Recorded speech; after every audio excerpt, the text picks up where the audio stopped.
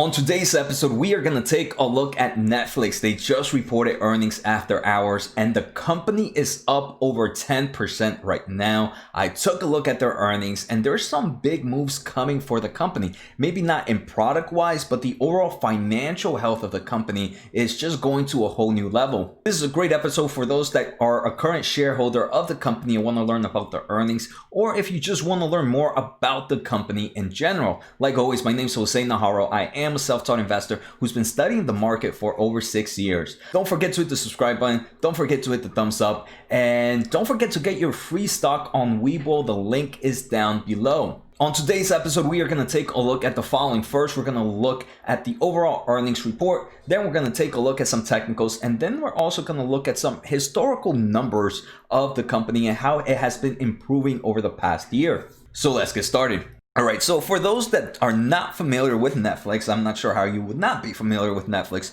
but Netflix is one of the biggest streaming platform companies out there right now. This current ticker is NFLX. It has a market cap of about $221 billion. Now with this 12% increase, it's probably closer to $250 billion market cap. We can see after hours, the company is sitting at $563, up 12%. If we take a look in the past year, Netflix has done amazing to investors. With its current price, I want to say the actual year-to-date performance is closer to 65, 66, including the after-hours movement right now. If we take a look at the charts, I'm looking for two things. One, is the company overextended? Two, is there plenty of volume where it was at? And this is actually, we can see right now, before the market ended, the stock was sitting at about $501, and it wasn't overextended at that time.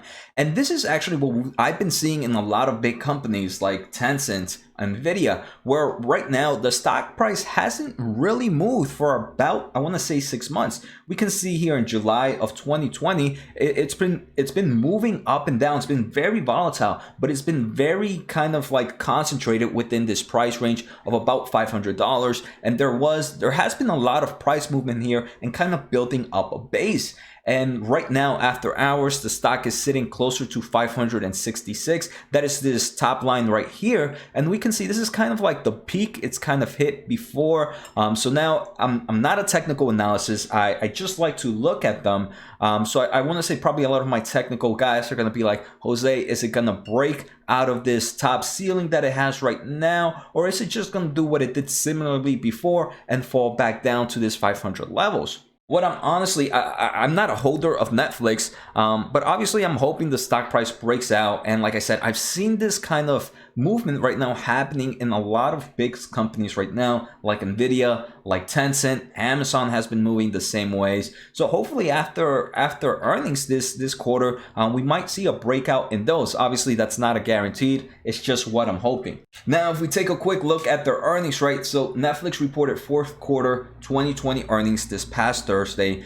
They beat analyst expectations on revenue and net subscriber additions, but they fell below on earnings per share estimates. And I want to say this, earnings per share estimates that fell below was because this company in the first two quarters before this, they, due to COVID situation, they weren't really working on full capacity for production. So that actually helped the company with a lot of it in the financial health. But now when things are picking up, they had to do a few expenses that made that rev and earnings per share estimates drop a bit. The company said it is close to being free cash flow positive and will consider returning cash to shareholders through buybacks. This is actually pretty impressive, and I'm happy to see this. That cash flow from positive, they were expecting it to kind of be break even this year, or seeing a bit of a loss. Now Netflix says that, hey, it's no longer going to be a loss to being break even. We're really sure that it's going to be more in the break even side. So we can see improvements overall in the fundamental sides of the company. Netflix also said that it will no longer need to raise external financing for its daily operations. So let's take a look at some highlights from their presentation. And if you guys don't know, you can go to Netflix Investors Relations website and pull up this PDF, which I'm about to talk about. But I already kind of highlighted what I found important to save you guys some time. So this quarter four of 2020, they added about 8.5 million new subscribers to their platform. They finally crossed the 200 million paid membership mark.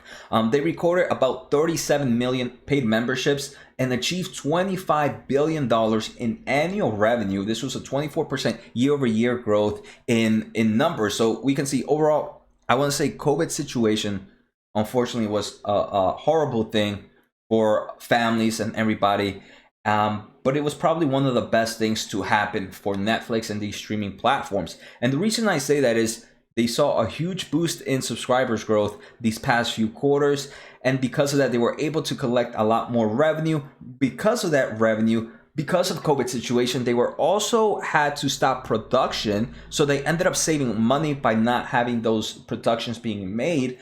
So it ended up kind of accelerating this company's cash flow from operations, as we're gonna see. So we can see revenue growth in quarter four was about 21.5%. In quarter three was about 22%. In quarter two was about 24.9%. They also gave a forecast for quarter one of 2021, and they expect revenue growth to be about 23.6%. So it doesn't seem like they expect much slowdown in the first quarter of 2021. We can also see their operating margins are kind of improving over time. For quarter four, their operating margins dropped down to 14.4% compared to a quarter ago where it was 20.4%. The main reason is exactly what I mentioned early on. They had to, now they're working more in like full production again, so they had to spend more money on production stuff, which ended up costing their operating margins. For quarter one of 21, they expect operating margins to be back in the 25% levels. We can see global streaming, they right now are sitting at about 203 million paid subscribers. For quarter one of 2021, they expect about 209 million, closer to 210, and that would represent about a 14.7% growth. We can see for the past 4 or 5 quarters, year over year, paid membership growth has increased over 20%. For the first time in a long time, they're only expecting a 15% growth in paid memberships.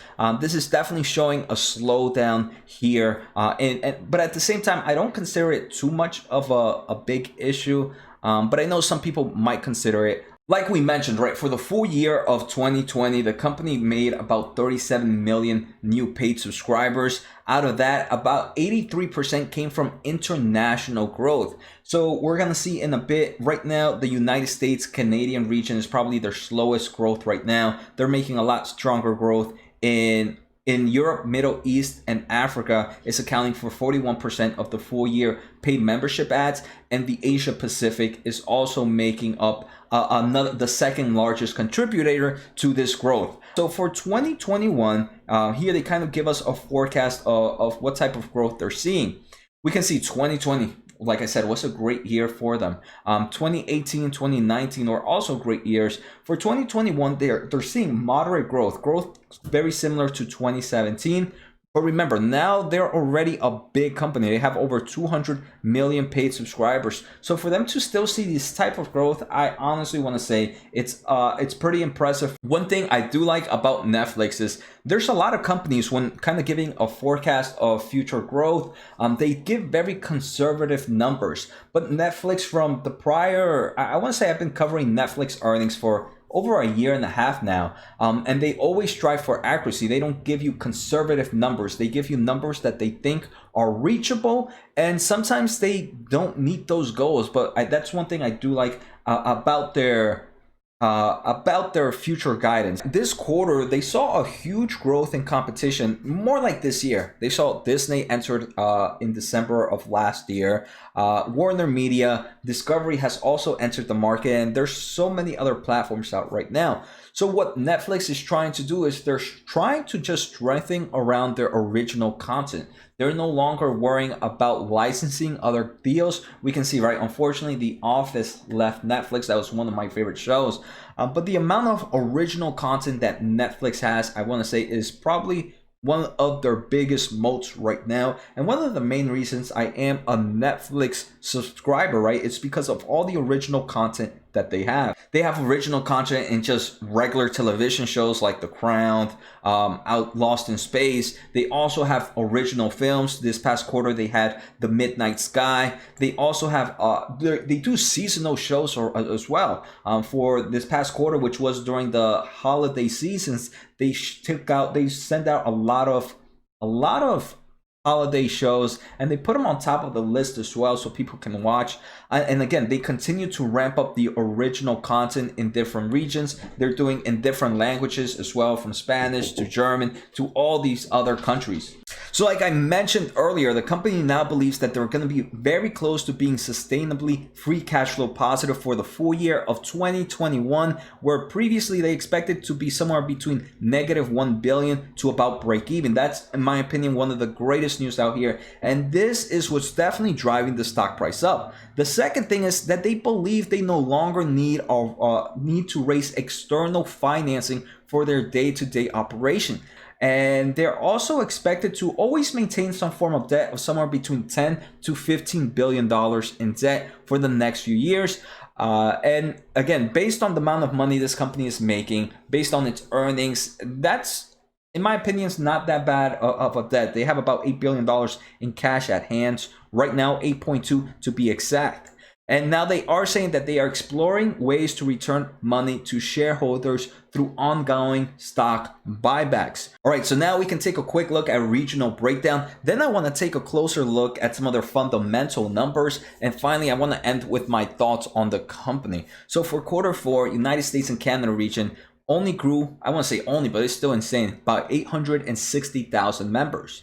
The biggest growth comes from Europe, Middle East, and Africa, and that was 4.4 million new users. Latin America actually saw 1.2 million new users in Q4. The Asia Pacific saw about 2 million new subscribers for Q4. So I do believe the company overall did a very strong earnings, and this 11%, 12% move is definitely worth what we saw during their earnings. Now I want to take a closer look at their future growth. So analysts expect the company to grow 14% on average for the next 3 to 5 years. Again, this is more of a decent growth, a growth company still nonetheless. I consider anything over 15% annual growth to be a growth company. This is just a few percentage below it. The other things we can see is the company is expected to be cash flow operations positive permanently after 2021. Great news as well. I am liking it. They are positive in earnings. They're going to be positive in cash flow from operations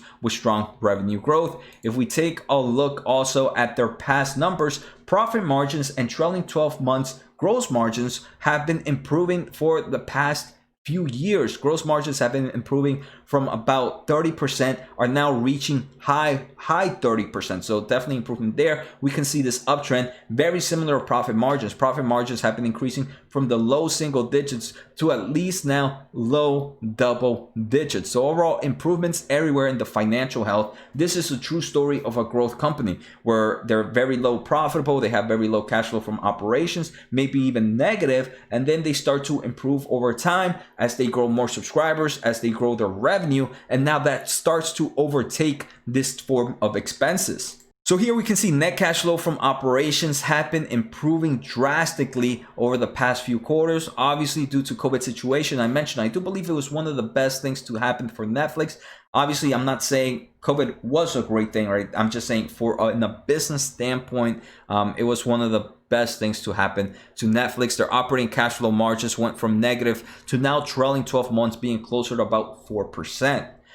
So that's pretty much it on Netflix. Now I just want to give my overall thoughts. Like I mentioned, I am not a shareholder of Netflix, and I don't think I'm gonna enter the company, and not for any negative reasoning, right? Let me change views right now. Not for any negative reasons. The main reason I don't want to enter Netflix is I personally believe I can put my money elsewhere. Does that mean Netflix is a bad investment? No, it can continue to grow from here on and so much do better than any of my other investments. So am I bullish in the company? Yes. Would I own the company? For me, not right now. It's not even because of the stock price.